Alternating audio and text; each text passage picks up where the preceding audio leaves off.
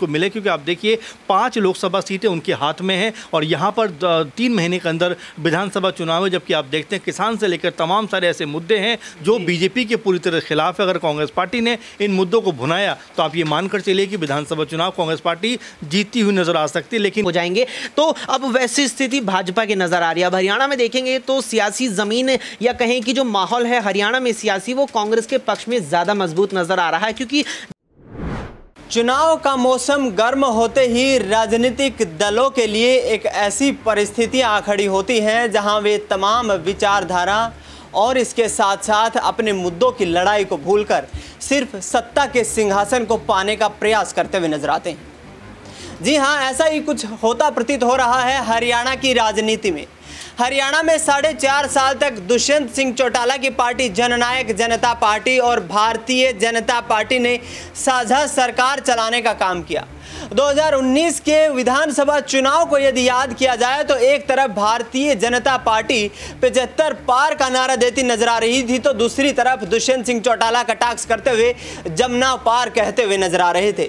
लेकिन अंत में विधानसभा में पहुंचते पहुंचते दोनों एक दूसरे के सियासी यार बन जाते हैं और मनोहर लाल खट्टर के साथ मिलकर के लगातार वो रणनीतियां तैयार करते नजर आते हैं जो कि हरियाणा की राजनीति में या फिर हरियाणा के तमाम उन मुद्दों से सरोकार रखती हैं। लोकसभा चुनाव का ऐलान हो जाता है। दुष्यंत सिंह चौटाला की पार्टी 2 सीटों की मांग करती नजर आती है, लेकिन भारतीय जनता पार्टी हाईकमान की तरफ से साफ मना कर दिया जाता है कि गठबंधन लोकसभा चुनाव के आधार पर कहीं पर भी कोई स्वीकार्य नहीं है और ऐसे में दोनों पार्टी अलग अलग चुनाव लड़ती हैं। दुष्यंत चौटाला की पार्टी को 10 की 10 लोकसभा सीटों पर अपनी जमानत बचाने के भी यहाँ पर कहीं ना कहीं मुश्किलों का सामना करना पड़ता है। लेकिन अब हरियाणा में आगामी 90 दिनों में विधानसभा के चुनाव होने वाले हैं। साफ तौर पर दुष्यंत चौटाला भारतीय जनता पार्टी को सत्ता से बेदखल करने के लिए कांग्रेस पार्टी का साथ देते हुए नजर आ रहे हैं। हरियाणा में एक राज्यसभा की सीट खाली हो चुकी है क्योंकि रोहतक से दीपेंद्र सिंह हुड्डा ने लोकसभा का चुनाव जीता है, लिहाजा अब हरियाणा में राज्यसभा की सीट पर भी चुनाव होने वाला है। और ऐसे में दुष्यंत चौटाला ने कांग्रेस पार्टी पर आरोप लगाते हुए कहा है कि मैच फिक्सिंग को छोड़कर कांग्रेस पार्टी मैदान में आए, जननायक जनता पार्टी उनका साथ देने के लिए तैयार है और हरियाणा में सियासी उठापटक करने में जेजेपी अपना बड़ा यहाँ पर रोल निभाने वाली है। ऐसे में क्या आगामी वक्त में एक बार फिर से किंग मेकर की भूमिका में साबित होंगे दुष्यंत सिंह चौटाला? तमाम पहलुओं पर चर्चा करेंगे। मेरे साथ अमन जी मौजूद हैं। अमन जी, किस तरीके से देखते हैं दुष्यंत सिंह चौटाला को, जो लगातार ये कहते नजर आ रहे हैं कि हम नंबर गेम के आधार पर देखा जाए तो विपक्ष के साथ खड़े हैं, तो क्या भूपेंद्र सिंह हुड्डा की तरफ से कोई ढील दी जा रही है ताकि नायब सिंह सैनी की सरकार को जो है बेदखल किया जाए? देखिए, जाहिर बात है क्योंकि यहाँ पर दुष्यंत चौटाला और कांग्रेस पार्टी साथ आने की बात तो कर रहे हैं दिनेश जी, लेकिन अभी भी ये लगातार तनातनी का माहौल बना हुआ है कि प्रत्याशी किस तरफ का होगा, कांग्रेस पार्टी का होगा, जेजेपी का होगा, कौन से नाम पे एक सहमति बनती हुई नजर आएगी। और फिलहाल तो ऐसा लग रहा है कि टकराहट की जो स्थिति है वो बनती हुई नजर आ रही है। और देखिए, आपने सही कहा कि 90 दिनों के अंदर हरियाणा के अंदर चुनाव होने वाला है। ऐसे में यहाँ पर कांग्रेस पार्टी जिस तरह से 5 सीटें जीतकर एक तरीका कहा जाए कि वापसी उन्होंने की है, उसको लेकर वो अति उत्साह के कहीं ना कहीं जो जाल उसमें फंसते हुए दिखाई पड़ते हैं, क्योंकि किरण चौधरी उनकी पार्टी को छोड़ देती हैं। एक तरीके 40-50 साल का लंबा एक इतिहास उनका रहा, वो पार्टी छोड़कर बीजेपी में शामिल हो जाती है, ना सिर्फ वो बल्कि उनकी बेटी भी। तो यहाँ पर कांग्रेस पार्टी को भी सोचने की ज़रूरत है कि इस तरह से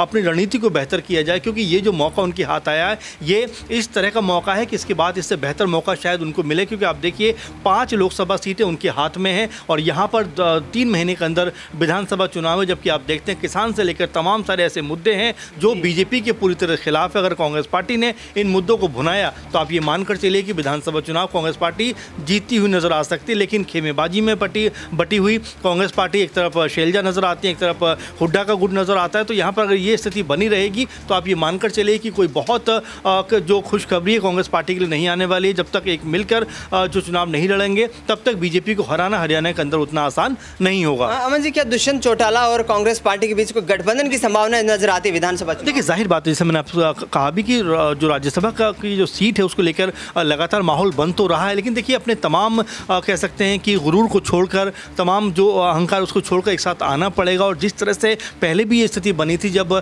कह सकते हैं कि 2020 में 19 में चुनाव हुआ तो उस समय भी कांग्रेस पार्टी और जेजेपी के बीच गठबंधन की लगातार खबरें सामने आई, लेकिन वो हो नहीं पाया। वैसे में यहाँ पर एक मौका है कि जेजेपी को लेकर अगर कांग्रेस पार्टी साथ आती है तो जेजेपी के लिए भी अच्छा हो सकता है, क्योंकि दिनेश जी आपने देखा कि लोकसभा चुनाव की 10 की 10 सीटें जेजेपी लड़ती हुई नजर आई, एक भी सीट के ऊपर उनका दबदबा कहीं भी दिखाई नहीं दिया। तो ऐसे में उनको ज़रूर है सहारे की। अगर कांग्रेस पार्टी के साथ में उनका टाई अप होता है तो कांग्रेस पार्टी और जेजेपी मिलकर बीजेपी का हरियाणा के अंदर सफाया कर सकते हैं।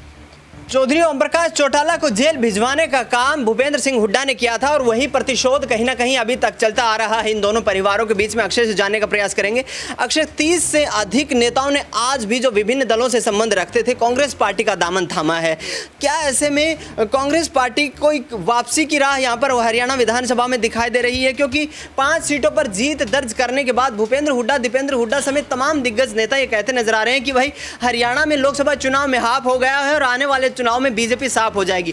क्या वाकई ऐसा प्रतीत होता नजर आ रहा है? दिनेश, जिन 30 नेताओं का आप जिक्र कर रहे हैं, मुझे लगता है उस 30 की सूची में यहाँ पर चौधरी बृजेंद्र सिंह और बीरेंद्र सिंह दोनों ही आते हैं। और अगर गौर करेंगे, ये वही दोनों नेता हैं जो 2014 में कांग्रेस छोड़कर के भाजपा में आ गए थे, क्योंकि उस वक्त की जो सियासी परिस्थितियां थी, खासतौर पर उत्तर प्रदेश, हरियाणा, उत्तराखंड जैसे राज्यों में, वो भाजपा के पक्ष में मजबूत ज़्यादा नजर आ रही थी। और ऐसे ही हरियाणा में भी कुछ हद तक था, जिसके चलते बृजेंद्र सिंह और बीरेंद्र सिंह दोनों, यानी दोनों बाप बेटों ने यहाँ कांग्रेस छोड़ भाजपा का दामन थाम लिया था। अब अगर आप यहाँ पर आएंगे, आपने देखा, आपने जिक्र भी किया इस बात का कि लोकसभा में हाफ और विधानसभा में साफ हो जाएंगे, तो अब वैसी स्थिति भाजपा की नजर आ रही है। अब हरियाणा में देखेंगे तो सियासी जमीन या कहें कि जो माहौल है हरियाणा में सियासी, वो कांग्रेस के पक्ष में ज़्यादा मजबूत नजर आ रहा है, क्योंकि जो बीते 10 साल रहे हैं हरियाणा में सत्ता भाजपा की रही है, उससे जो एंटी इनकम्बेंसी रही है, वो जो एंटी इनकम्बेंसी ने जन्म लिया, वो भाजपा की हरियाणा में 10 लोकसभा सीटें खा गई और अब की बार वो विधानसभा सीटें भी खाने वाली हैं यहाँ पर।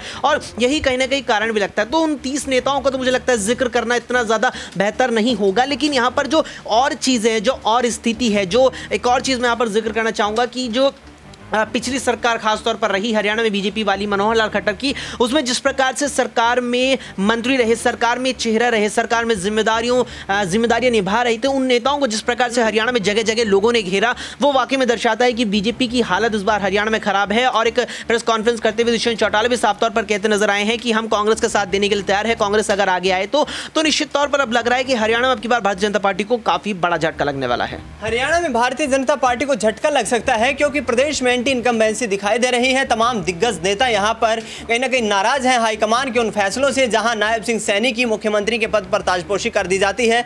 नाजमीन से आखिरी सवाल रहेगा, नाजमीन किस तरीके से समझती हैं अनिल विज को हाईकमान ने तलब कर लिया, कहा गया कि आप चुप रहिए, विधानसभा चुनाव तक राव इंद्रजीत सिंह भी बगावत करते हुए नजर आते हैं, कहते हैं कि भाई मेरे पास 15 विधायक हैं और मुझे कुछ नहीं मिलता है। तो क्या इन दिग्गज नेताओं की नाराजगी कहीं ना कहीं विधानसभा चुनाव में एक चैलेंज बन सकता है बीजेपी हाईकमान के लिए? देखिए, वो चैलेंज अभी से ही बनता हुआ नजर आ रहा है। राव इंद्रजीत की बात करें, गुरुग्राम से चुनाव जीत जाते हैं, उसके बाद सीधे तौर पर आप ये देखिए कि उनकी मांग हो जाती है कि आप मुख्यमंत्री का चेहरा अभी से तय कर दीजिए, मुख्यमंत्री चेहरे पर चर्चा करते हुए नजर आइए। इतना ही नहीं, जिस तरीके से सांसदों के सम्मान समारोह में शामिल होते हुए यहाँ पर रोहतक में नजर नहीं आते हैं राव इंद्रजीत, उसके बाद जब उनसे सवाल पूछा जाता है तो सवाल को घुमाते हुए दिखाई देते हैं कि अब मैं यहाँ पर 74 साल का हो चुका हूँ और मेरी कमर में दर्द है, तो इसमें मैं शामिल नहीं हुआ, यानी कि बहाना देने की बात होती है। वहीं अनिल विज की बात करें तो नायब सैनी के मुख्यमंत्री बनने के बाद से ही वो बार बार यहाँ पर आरोप भारतीय जनता पार्टी पर मंडते हुए नजर आए। इतना ही नहीं, आलम ये हो जाता है कि अब यहाँ पर ये भी कहते हुए नजर आते हैं कि जो घायल शेर होता है वो ज़्यादा खूंखार होता है। कांग्रेस पार्टी पर निशाना था, लेकिन कहीं ना कहीं अपनी भारतीय जनता पार्टी को ही चैलेंज करते हुए नजर आ रहे थे। तो ऐसे में देखा जाए तो भारतीय जनता पार्टी जिस बहुमत का दावा करती है, सरकार बनाने का दावा करती है, ये दावा करती है कि किरण चौधरी अब कांग्रेस पार्टी से अलग हटकर भारतीय जनता पार्टी में आ गई है, तो वही किरण चौधरी के बलबूते पे बात की जाए तो अगर विधानसभा चुनाव के दौरान उन्हें कोई बड़ी सीट यहाँ पर सौंप दी जाती है या सांसद बनाने की कोशिश की जाती है राज्यसभा में, तो कहीं ना कहीं ये अनिल विज की नाराजगी और भी ज़्यादा बढ़ती हुई नजर आएगी। और आज तो आपने देख ही लिया कि दुष्यंत चौटाला ने साफ तौर पर कह दिया है कि वो भारतीय जनता पार्टी नहीं बल्कि कांग्रेस पार्टी को को अपना समर्थन देते हुए नजर आएंगे। कांग्रेस पार्टी को समर्थन देने का ऐलान कर दिया, तो यानी कि जननायक जनता पार्टी कांग्रेस पार्टी के साथ मिलेगी। इसी के साथ साथ बात करें तो इनेलो भी कहीं ना कहीं इशारा देती हुई नजर आती है। अभय चौटाला की बात करें, वो संकेत देते हैं कि भूपेंद्र सिंह हुड्डा ना बदलें तो वो भी समर्थन देने के लिए तैयार हैं। तो ये इशारा है कि विधानसभा चुनाव से पहले भारतीय जनता पार्टी में अंतर्कलह देखने को मिल रही है और वहां कांग्रेस पार्टी को समर्थन मिलता हुआ नजर आ रहा है। कांग्रेस पार्टी को समर्थन मिलता नजर आ रहा है, क्योंकि जिस तरीके से तमाम राजनीतिक गतिविधियां इस वक्त हरियाणा में घटित हो रही हैं, वो कांग्रेस के लिए भी स्थिति काफी सुखद नहीं है। कांग्रेस पार्टी इस वक्त देखा जाए तो तमाम दिग्गज नेताओं की गुटबाजी से जूझ रही है, और वहीं दूसरी तरफ भारतीय जनता पार्टी के तमाम दिग्गज नेता एक दूसरे के खिलाफ खुलकर बयानबाजी करते नजर आ रहे हैं। आखिरकार क्या हरियाणा में विधानसभा के चुनावी रण में ये तमाम महारथी एक दूसरे को जो चुनौती देते नजर आएंगे? क्या इसमें दुष्यंत चौटाला मैच के उस रेफरी की भूमिका में नजर आने वाले हैं, जो कि हरियाणा की राजनीति के आगामी 5 सालों की रूपरेखा तैयार करेंगे और किस तरीके से हरियाणा की राजनीति में एक बड़ा परिवर्तन लाने का काम करेंगे? इस पूरे मुद्दे पर आपकी क्या राय प्रतिक्रिया है, कमेंट बॉक्स में जरूर बताएं। देश दुनिया की तमाम बड़ी खबरों के लिए आप देखते रहिए SPN9 न्यूज।